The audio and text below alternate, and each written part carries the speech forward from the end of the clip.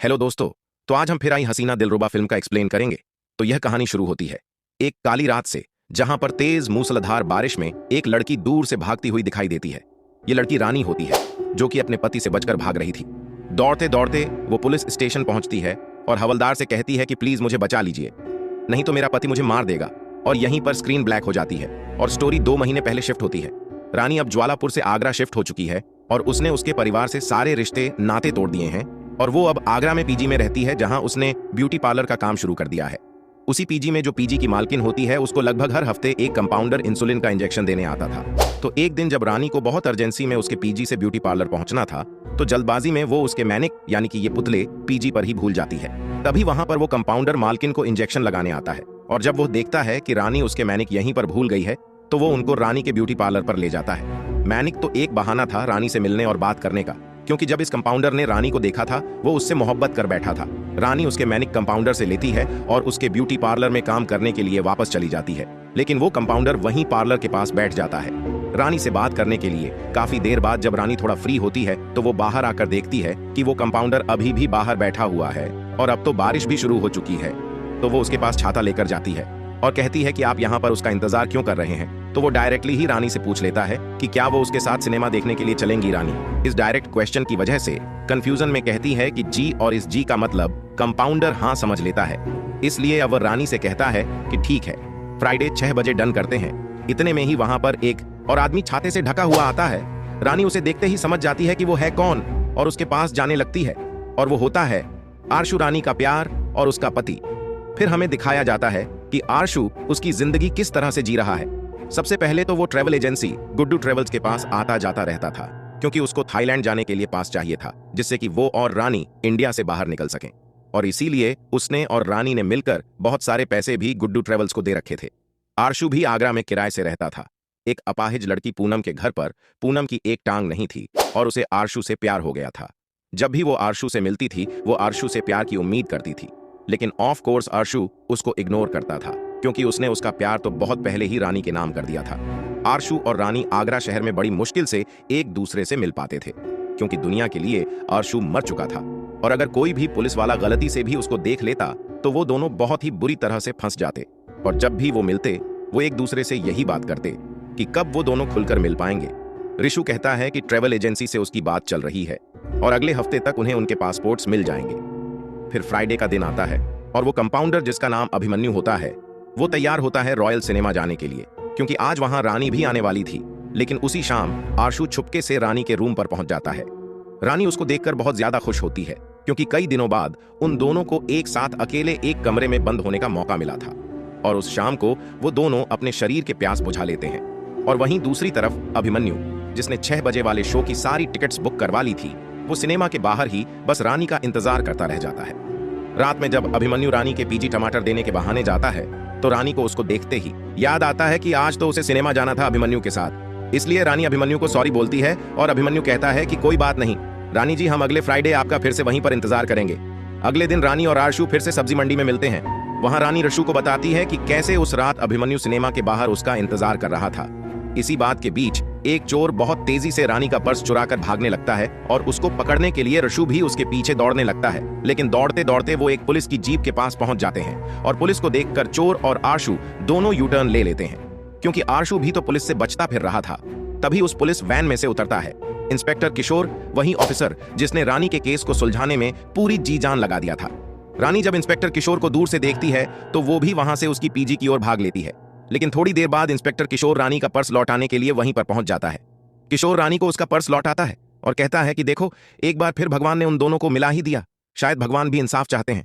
वो यह भी कहता है कि उसने भी दिनेश पंडित की कसौली का कहर वाली नोवेल पढ़ ली है और उसको अब पता चल गया है कि एक्चुअल में हुआ क्या था, क्योंकि पार्ट 1 में आरशु और रानी ने जिस तरह से खुद को बचाया था, वो तरीका उन्होंने इसी कसौली का कहर वाली नोवेल से पढ़कर सीखा था।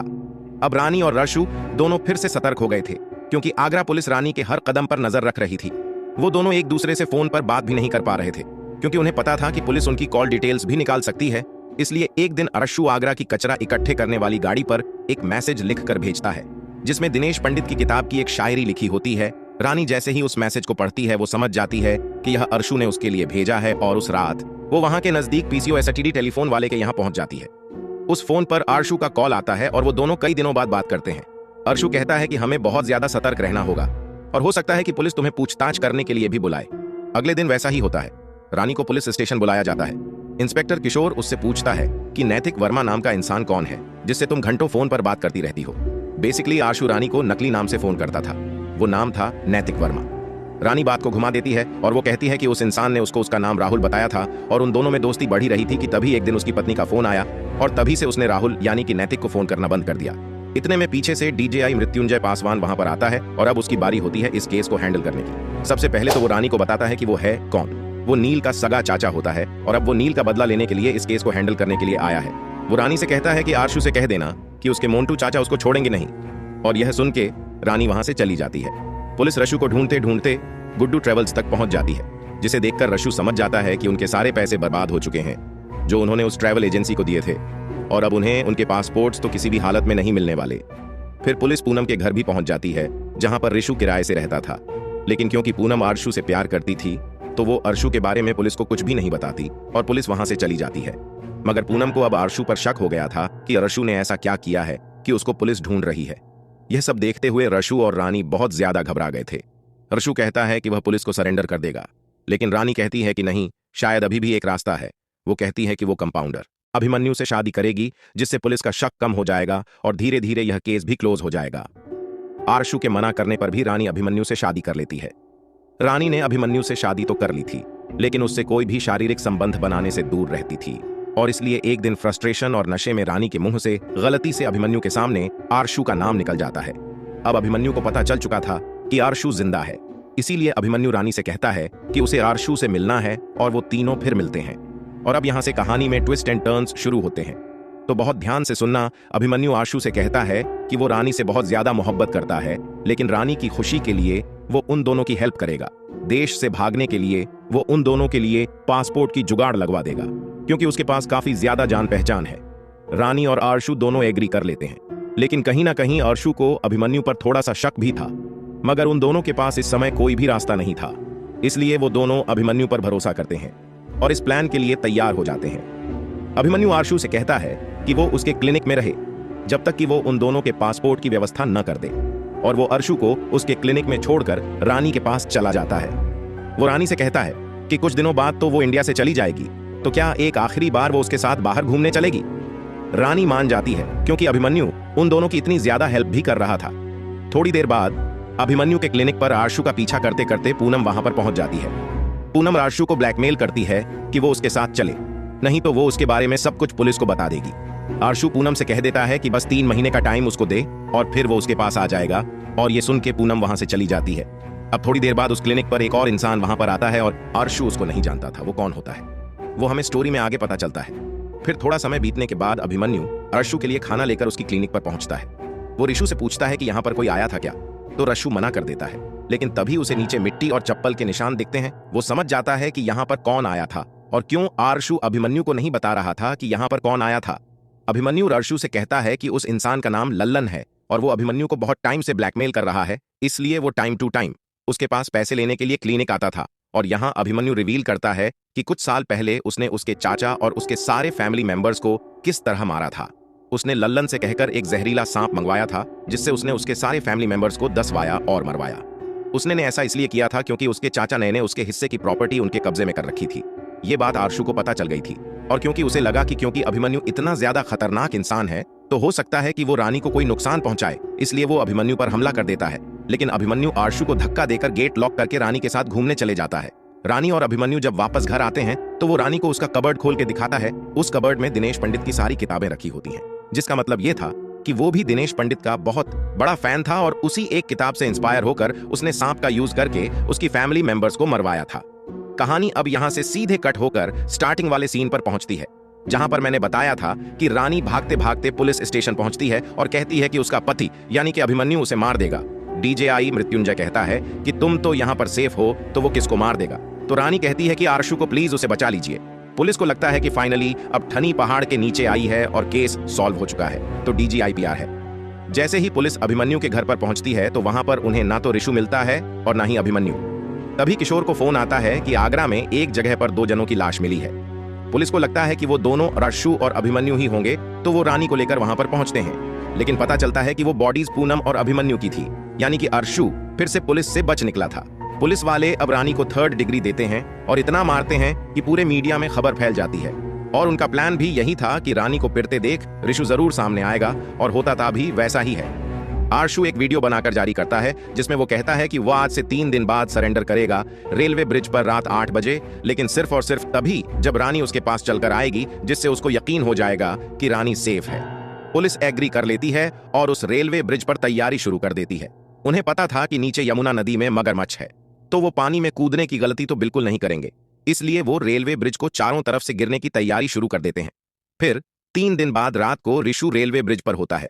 पुलिस भी चारों तरफ उसको पकड़ने के लिए तैयार खड़ी थी, इसलिए पहले वो रानी को उसके पास भेजते हैं। रानी के वहां पहुंचते ही पुलिस भी थोड़ा नजदीक आ जाती है, लेकिन एक पुलिस ऑफिसर बिना इंस्ट्रक्शंस के अर्शु और रानी की तरफ बढ़ने लगता है। वो इंस्पेक्टर किशोर की कमांड भी नहीं सुनता और आगे बढ़ता रहता है, और पता चलता है कि वो ऑफिसर कोई और नहीं बल्कि पुलिस की वर्दी में अभिमन्यु होता है।